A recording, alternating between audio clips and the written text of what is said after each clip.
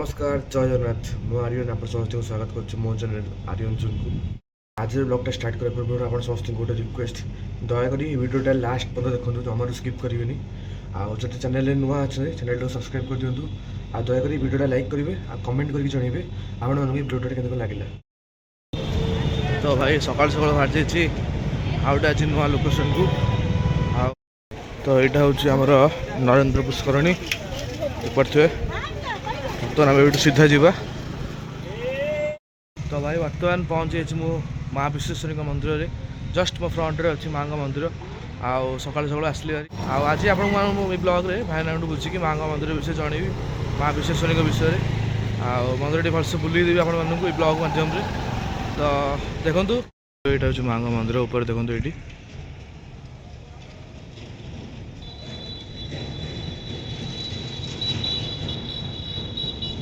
तो मुझे सेपटू आसती है ये रास्ता मझे माँ मंदिर पड़ो ये देखो माँ लिखाई ऊपर माँ विश्वेश्वरी मंदिर आउ एंट्री कर जोड़े एमती बड़ बड़ सिंह अच्छा बहुत सुंदर सुंदर सिंह आ देख पारे भितर माँ अच्छा ये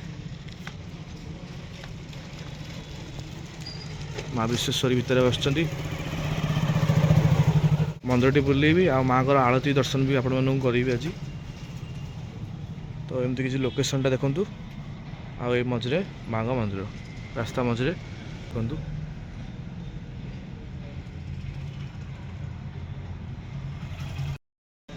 तो देख पारे ये जस्ट ये पचर मंदिर टी आईटा एंट्री गेट माने गेटा जो आप एंट्री करेंगे मंदिर को। माँ विश्वेश्वरी देवी माँ भगवती माँ राजराजेश्वरी माँ क्षेत्रवासिनी माँ भगवती माँ अमृतमयी माँ कल्याणमयी माँ जगदेश्वरी माँ संसार मंगल करो माँ।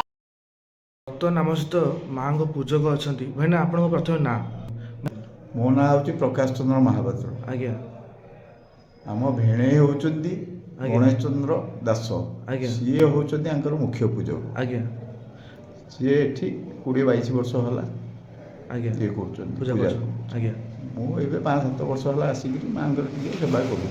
अच्छा तो भाईना प्रथमे आमको कहतु माँ विश्वेश्वरी नाम विश्वेश्वरी कहीं ता विषय किसी माँ विश्वेश्वरी आज्ञा ना विषय कहीपर आज्ञा कहीं कौन ये विश्वर सुंदरी आज्ञा ये होती आमर राजा चोलगंग देव टाइम आज्ञा से राजा राजोड़ा टाइम शासन चली आज्ञा से निते सरुणी भद्रक आरडी आखंडलमणि आज्ञा सी विमला मंदिर में पूजा करने आसुले आज्ञा खंडिया बंधटी पितेई धोबणी बोली पितेई सरुणी आसुले नितेई धोबणी से लुगा काचुला लुगा काचिया टाइम से विमला मंदिर सी देखिक सी डाकिले डाकिया पर सी तौक आसिले कौन है कौन है भितर कथा ना ना पूजा करके जना टे पूजा दिजन जाक मिसिकी गले राजा पाखे जाकि से कहले आज्ञा से पात्र मंत्री की जनइले पूजा करेंगे माँ ना हाँ कर विमला मंदिर में जाकि पूजा राजा ये अर्डर देवा से कबाट बंद कर पूजा आरंभ कले दिन गला 2 दिन गला 3 दिन गला जगन्नाथ मंदिर को जो मैंने आसती दर्शन करने आसे दर्शन कर सी कथा मत भक्त मैंने दर्शन न कर से पात्र मंदिर पाख राजा पाख गला खबर राजा कबाट देकर कौन पूजा कर जन राजा डाकुच ना ना से पूजा बस से मना कर आसबे बोले जो मना कले कौन सी कमी हम से मैंने कहला आमको राजा अर्डर देते आम पूजा करने आम पूजा अधार बंद करके जीवु कि राजा तो अर्डर देते कौन करेंगे आगे मंदिर टी कले ना ना तुम से विमला प्रतिबिंब से पूजा कर। अच्छा एठी आसिक से पूजा करुले। अच्छा ये हूँ तंत्र मंत्र तंत्र पीठ। अच्छा तो ये तंत्र माने पूजा भी हुए माँ पाखे ये दशहरा आज्ञा 16 दिन पर्व हुए 16 दिन चैत्र मसरे नवरात्रि पूजा हुए नवरात्रि पूजा आज्ञा माँ विशेषता है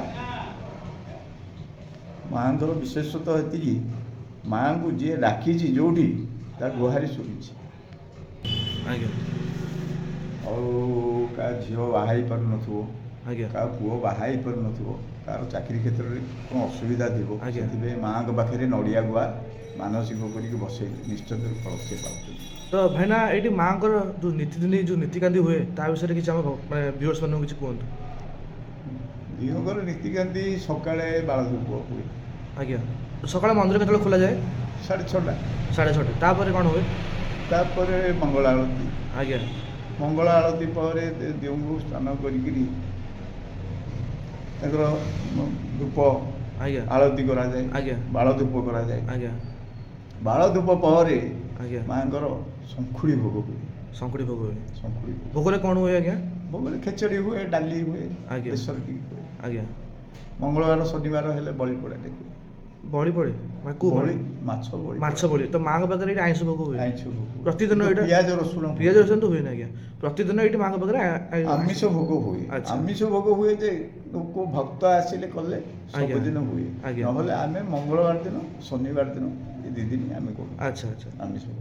ତ ତାପରେ ଭାଇନା ସନ୍ଧ୍ୟାବେଳକୁ କ'ଣ ନୀତିକାନ୍ତି ହୁଏ? ସନ୍ଧ୍ୟାବେଳକୁ ଆଳତୀ ହୁଏ। ଆଜ୍ଞା ତାପରେ ଆମର ଟିକେ ପଣା ଲାଗି ହୁଏ।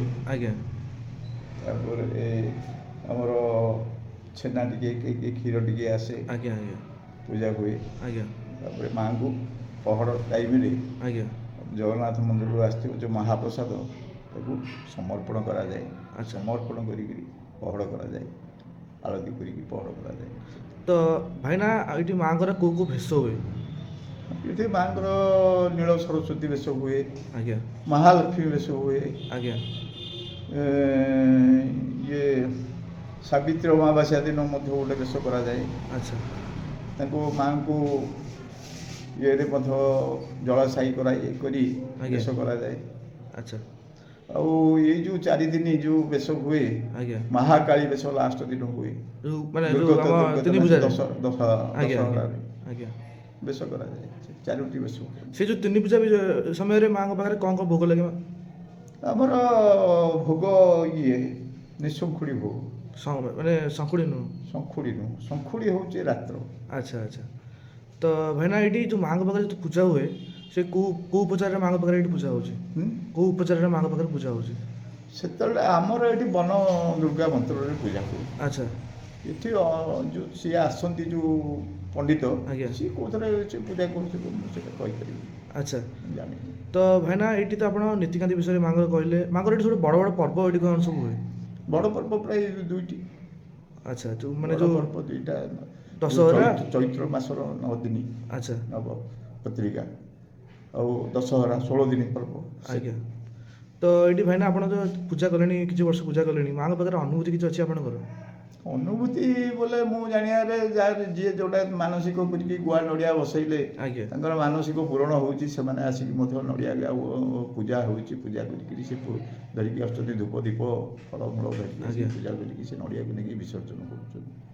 ଆଚ୍ଛା କାହାର ଯଦି ଦେହ ଖରାପ ହେଲା, ଆଜ୍ଞା ଡାକ୍ତରଖାନାକୁ ଯାଇଛି, ଡାକ୍ତରଖାନାରୁ ଫେରିକି ଆସିଛି, ଘରେ ଆଜ୍ଞା ପଡ଼ିଛି, ଆଜ୍ଞା 108 ମନ୍ଦାର ମାଳ, 108 ମନ୍ଦିର 108 ମନ୍ଦାର ଫୁଲ ଆଜ୍ଞା ମାଳ କରିକି ଆଣିକି ମାଆଙ୍କୁ ଚଢ଼େଇଲେ 5 ପାଳି, ଆଜ୍ଞା। ସେ ଉପକାର ପାଇଛି। ମାନେ ଏଇଟା ଆପଣ ନିଜେ ଦେଖିଛନ୍ତି? ନିଜେ ଅନୁଭୂତି ନିଜେ ଅନୁଭୂତି କରିଛନ୍ତି? ଅନୁଭୂତି ତ ଏଇଟା ଗୋଟେ ଜିନିଷ ମିଳିମିଳା ହେଇଥିବ। ଆଜ୍ଞା ଜଗନ୍ନାଥଙ୍କର ମାହାର୍ତ୍ତପଣା ଆଜ୍ଞା ମାଆଙ୍କୁ ଆଣିକି ସମର୍ପଣ ହେବ, ଆଜ୍ଞା ମିଳିମିଳା ରୋଗ ପଳାଏ। ଆଚ୍ଛା। ମାଆଙ୍କର ବିଶେଷତା। ତ ଭାଇନା ମୁଁ ଶୁଣିଥିଲି ମା ମାନେ ରାତି ସମୟରେ ବି ଲୋକ ଅନୁଭୂତି କରିଛନ୍ତି କି ମା ବାହାରେ କିଛି ପାଉଛି? ସେ ଆଗରୁ କହୁଛନ୍ତି ଲୋକ, ମୁଁ ଶୁଣୁଛି, ଆଜ୍ଞା ଲୋକ କହୁଛନ୍ତି ମା ବେହୁରଣ କରୁଛି। ଆଜ୍ଞା କରୁଛି। ନା ମୁଁ ବି ଆମେ ଶୁଣିଥିଲୁ। ମୁଁ ସେଇଟା ଜାଣିନି, ମୁଁ ଅନୁଭୂତି କରିନି। ମୁଁ ଏଠି ଏତେ ଦିନ ରହିଲି, ଆଜ୍ଞା। ମାଆର ଶବ୍ଦଟା ଶୁଣେ। ଶୁଣିଛନ୍ତି? ହଁ, ଝୁମ୍ ଝୁମ୍ ଶବ୍ଦଟା ଶୁଣେ ରାତି 1 ପରେ।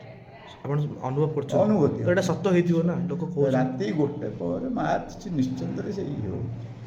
ଆଚ୍ଛା। ତ ଭାଇନା ଏଇଠି ମାଆଙ୍କ ଯେଉଁ ବିଗ୍ରହ ଅଛି, ମୂର୍ତ୍ତି ଅଛି, ମାଆଙ୍କ ବୋଧେ 4 ଭୁଜା ମା, ଚତୁର୍ଭୁଜା। ତ ମା କ'ଣ କ'ଣ ମାନେ ଧାରଣ କରିଛନ୍ତି ହାତରେ? ସେ ଆଗ ଗଦା, ଆଜ୍ଞା ଖଣ୍ଡା, ଆଜ୍ଞା ପଦ୍ମ, ଆଜ୍ଞା ଆଉ ଗୋଟେ ହାତ ପୁସ୍ତକ ଧରିଥିଲେ, ପୁସ୍ତକ ନାହିଁ। ଆଚ୍ଛା ଆଚ୍ଛା। ତ ଭାଇନା ଏଇଠି ବେଢ଼ା ଭିତରେ କ'ଣ କ'ଣ ସବୁ ଦିଅ ଅଛନ୍ତି ଆମ 10 ମହାବିଦ୍ୟା। ଏଠି ଏଇ ଯେଉଁ ମୂର୍ତ୍ତି ମାନେ ଅଛନ୍ତି ଇଏ ହେଉଛନ୍ତି କାଳୀ, ଆଜ୍ଞା ସେପଟେ କାଳୀ, ଆଜ୍ଞା ତାରା, ଆଜ୍ଞା ଷୋଡ଼ଶୀ, ଆଜ୍ଞା ଭୁବନେଶ୍ୱରୀ, ଆଜ୍ଞା ଛିନ୍ନମସ୍ତା, ଭୈରବୀ, ଆଜ୍ଞା। ଉମାବତୀ, ବଗଳାମୁଖୀ, ମାତଙ୍ଗୀ, କମଳ। ଆଚ୍ଛା ତ ଏଇ ଯେଉଁ ଉପରେ ଅଛନ୍ତି ନବଗ୍ରହ ନବଗ୍ରହ। ଆଉ ସେଇ ଦୁଇ ସାଇଡ଼୍ରେ ଇଏ ବ୍ୟାଘ୍ରାନ୍ତରୀ ଦିଗାନ୍ତରୀ। ଆଚ୍ଛା ଆଚ୍ଛା ତ ଭାଇନା ଆସ ତ ବହୁତ ଆମେ କଥାବାର୍ତ୍ତା ହେଲୁ ବହୁତ ବଢ଼ିଆ ଲାଗିଲା ଭାଇନା ଏଇଠି ମାଆଙ୍କର ଆଉ କିଛି ଯଦି ଆମ ଭିଉଅର୍ସ ମାନଙ୍କୁ କହିବାକୁ ଚାହିଁବେ କିଛି ମାନେ ମାଆଙ୍କ ବିଷୟରେ ଲାଷ୍ଟ କିଛି ଗୋଟେ କୁହନ୍ତୁ। ମାଆଙ୍କ ବିଷୟରେ କହିବାକୁ ଗଲେ ମାଆଙ୍କ ପ୍ରତି ସବୁବେଳେ ଧ୍ୟାନ ଦିଅ। ଆଜ୍ଞା ମାଆଙ୍କୁ ଯେତେବେଳେ ଆସୁଛ ମାଆଙ୍କୁ ଚରଣରେ ଶରଣ ନିଅ, ଆଜ୍ଞା ତମ କାର୍ଯ୍ୟ ସୁନିଶ୍ଚିତ ସଫଳ ହେବ। ଆଜ୍ଞା ବହୁତ ବହୁତ ଧନ୍ୟବାଦ ଭାଇନା ଆମ ସହିତ କଥା ହେଉଥିଲେ। ମା କାଳୀ, ମା କାଳୀ ମା କାଳୀ, ଆଜ୍ଞା ଇଏ ହେଉଛନ୍ତି ତାରା, ମା ତାରା ଇଏ ତ ଏଇଟା ପୁରା ମନ୍ଦିରଟା ମାଆଙ୍କର ସାଇଡ଼୍ରେ ଝିଅ ସବୁ ଅଛନ୍ତି ପାର୍ଶ୍ୱ ଦେବାଦେବୀ ପାର୍ଶ୍ୱଦେବାଦେବୀ, ଆଜ୍ଞା ଇଏ ହେଉଛନ୍ତି ବାରାହୀ, ଏ ବାରାହୀ ବାରାହୀ। ତ ପୁରା ସିଂହ ଅଛନ୍ତି। ଆଜ୍ଞା ଆଜ୍ଞା ଏସବୁ ବର୍ତ୍ତମାନ କାମ ଚାଲିଛି ଏଠି ରୋଷେଇ ଭାଇନା ଏଠି ରୋଷେଇ ହୁଏ ବୋଧେ ରୋଷେଇ ସବୁବେଳେ ମାସକରେ 20 ଦିନ ହେଉଛି। ତ ରୋଷେଇ ବି ଆପଣମାନେ ଆଜି ଟିକେ ଆସିକି ଏଠି କରିପାରିବେ କିଛି ଅସୁବିଧା ନାହିଁ ମାସକରେ 20 ଦିନ। ଭାଇନା ଯେମିତି କହୁଛନ୍ତି ମାସକରେ 20 ଦିନ ରୋଷେଇ ହୁଏ। ଯାହାର ମାନସିକ ପୂରଣ ହେଉଛି ସେ ଆସିକି ଡିଷ୍ଟର୍ବ କରୁଛନ୍ତି। ଆଚ୍ଛା ଆଚ୍ଛା ଆଚ୍ଛା ତ ଏଇଟା ହେଉଛି ମାଆଙ୍କ ରୋଷ ଘର ଏଠି ରୋଷ କାମ ସବୁ ହୁଏ ଆଉ ଏଇଟା ମାଆଙ୍କର ଏଠି ଗୋଟେ କୂଅ ଅଛି ଏ କୂଅରୁ ପାଣି ଯାଏ ବୋଧେ ସବୁ ଆଚ୍ଛା ଆଚ୍ଛା ତ ଏଇଟା ହେଉଛି ପୁରା ମନ୍ଦିର କିଛି ରୋଷେଇ ହେଉଛି କୂଅ ପାଣିରେ ଏକା ରୋଷେଇ ହେବ। ଆଜ୍ଞା ଏଠି ଗୁଣ୍ଡ ମସଲା ପଡ଼ିବନି, ଗୁଣ୍ଡ ମସଲା ପଡ଼ିବନି ବଟା ମସଲା। ଆଜ୍ଞା ତ ଏହା ହେଉଛି କଥା ପାଇପ୍ ପାଣିରେ ଧୁଆ ଭାଇନା ମୁଁ ଗୋଟେ କଥା ଶୁଣିଥିଲି ଯେବେଠୁ ମା ଏ ଏରିଆରେ କିଛି ଗୋଟେ ମାନେ ମା ବସିଲା ପରେ ଟିକେ ଏରିଆଟା ଭଲ ହେଇଛି ବୋଲି କ'ଣ ଶୁଣିବାକୁ ପାଉଥିଲି ଏରିଆ ତ କେତେ ଡେଭଲପମେଣ୍ଟ ହେଇଛି। ମା ବସିବା ପରେ ମା ବସିବା ଆଚ୍ଛା ଆଚ୍ଛା ଏରିଆ ଡେଭଲପମେଣ୍ଟ ହେଇଛି। ଲୋକ ମଧ୍ୟ ଏରିଆ ଲୋକ ମାନୁଛନ୍ତି, ବାହାର ଲୋକ ମଧ୍ୟ ଆଜ୍ଞା। ବହୁତ ଆସୁଛନ୍ତି। ଭୁବନେଶ୍ୱର, କଟକ, ରାଉରକେଲା, ଭଞ୍ଜନଗର, ଆସ୍କା, ଆଜ୍ଞା ଓଲସରା, ସେ ପୁରସ୍ତମ୍ପୁର, ସବୁ ବେଲଗୁଣ୍ଠା, ସବୁ ଲୋକ ଆସୁଛନ୍ତି ଏଇଠି ଆଜ୍ଞା ଶିଖୁଛନ୍ତି। ଆଜ୍ଞା ମାଆଙ୍କର ଖ୍ୟାତି ଅଛି, ମାଆଙ୍କର ତା ଖ୍ୟାତି ବାନା ବିଖ୍ୟାତ ହେଉଛି। ଆଚ୍ଛା ସେ ଆଗରୁ କ'ଣ ହେଉଥିଲା କ'ଣ ନାହିଁ ମୁଁ ଜାଣିନି। ଆଜ୍ଞା ମୁଁ ଏବେ ଦେଖୁଛି 5 ବର୍ଷ ହେଲା ଆଜ୍ଞା ମାଆଙ୍କ ବହୁତ ଉନ୍ନତି ହେଉଛି। ଆଚ୍ଛା ତାର ଯେଉଁ ଯିଏ ଯାହା ତ ମା ହେଲେ କ'ଣ ଅଷ୍ଟଚଣ୍ଡୀରେ ମା ଆସୁଛନ୍ତି ଅଷ୍ଟଚଣ୍ଡୀ, ଅଷ୍ଟଚଣ୍ଡୀରେ ମା ଆସୁଛନ୍ତି ଅଷ୍ଟଚଣ୍ଡୀଙ୍କ ଭିତରେ ମା ମା ବିଶ୍ଵେଶ୍ୱରୀ ଆସୁଛନ୍ତି ଆଜ୍ଞା ଧନ୍ୟବାଦ। ତ ଭାଇମାନେ ବର୍ତ୍ତମାନ ମାଆଙ୍କର ବର୍ତ୍ତମାନ ଏବେ ଆଳତି ହେବ ଆଉ ମାଆଙ୍କ ଆଳତି ଦର୍ଶନ କରନ୍ତୁ ଆଉ କମେଣ୍ଟ ସେକ୍ସନରେ ଜୟ ମା ବିଶ୍ଵେଶ୍ୱରୀ ଯେମିତି ହେଲେ ଲେଖନ୍ତୁ।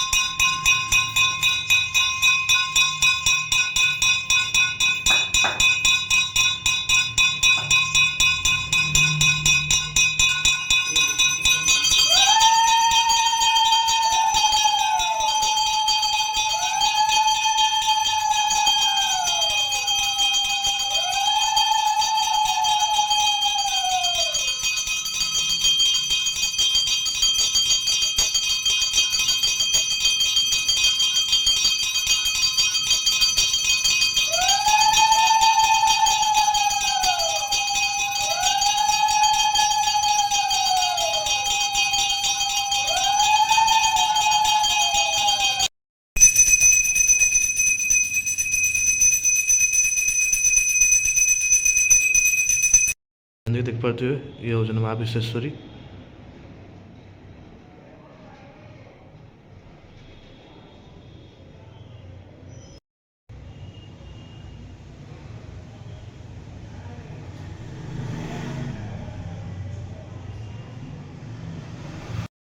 किळक किळक बुधी नाश वैश्वा मा मंगळामुखी देवी